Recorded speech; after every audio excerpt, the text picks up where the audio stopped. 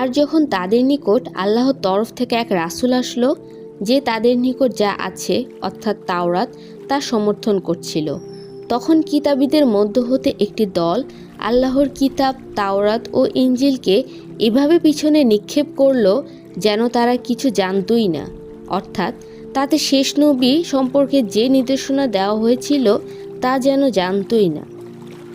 আর সুলাইমানের রাজত্বে শয়তানরা যা আবৃত্তি করত তারা তা অনুসরণ করত। সুলাইমান কুফরি করে নাই, বরং শয়তানরাই কুফরি করেছিল। তারা মানুষকে জাদু শিক্ষা দিত এবং যা বাবিল শহরে হারুত ও মারুত ফেরেশতাদ্বয়ের উপরে অবতীর্ণ হয়েছিল। তারা কাউকেও শিক্ষা দিত না এ কথা না বলে যে আমরা পরীক্ষার স্বরূপ, সুতরাং তুমি কুফরি করো না।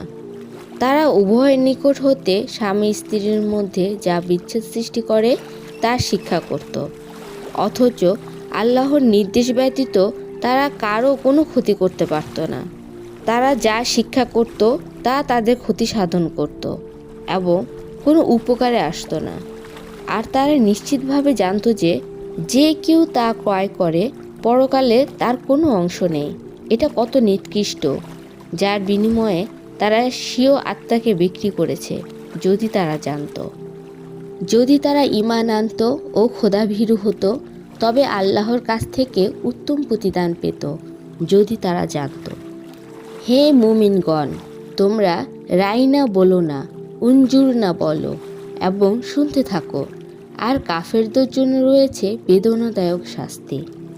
কিতাবীদের মধ্যে যারা কুফরি করেছে তারা এবং মুশরিকরা এটা চায় না যে তোমাদের প্রতিপালকের নিকট হতে তোমাদের প্রতি কোনো কল্যাণ অবতীর্ণ হোক, অথচ আল্লাহ যাকে ইচ্ছা নিজ রহমতের জন্য বিশেষ রূপে মনোনীত করেন এবং আল্লাহ মহা অনুগ্রহশীল। আমি যখনই কোনো আয়াত মানসুখ করি বা ভুলিয়ে দেই, তখন তার চেয়ে উত্তম বা সেই রকম আয়াত আনায়ন করি। তোমরা কি জানো না আল্লাহ সকল বিষয়ে ক্ষমতা রাখেন? তুমি কি জানো না আল্লাহ তাআলা এমন সত্তা যে আকাশমণ্ডল ও পৃথিবীর সার্বভৌমত্ব কেবল তারই, এবং আল্লাহ ছাড়া তোমাদের কোনো অভিভাবক নেই ও সাহায্যকারীও নেই। তোমরা কি তোমাদের রাসূলকে সেই রকম প্রশ্ন করতে চাও যেমন প্রশ্ন পূর্বে মূসাকে করা হয়েছিল? যে ব্যক্তি ঈমানের পরিবর্তে কুফর অবলম্বন করে, নিশ্চয়ই সে সরল পথ থেকে বিচ্যুত হয়েছে।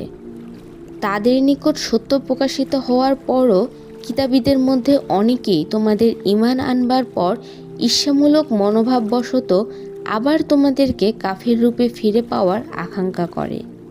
অতএব তোমরা ক্ষমা করো ও উপেক্ষা করো যতক্ষণ না আল্লাহ কোনো নির্দেশ দেন।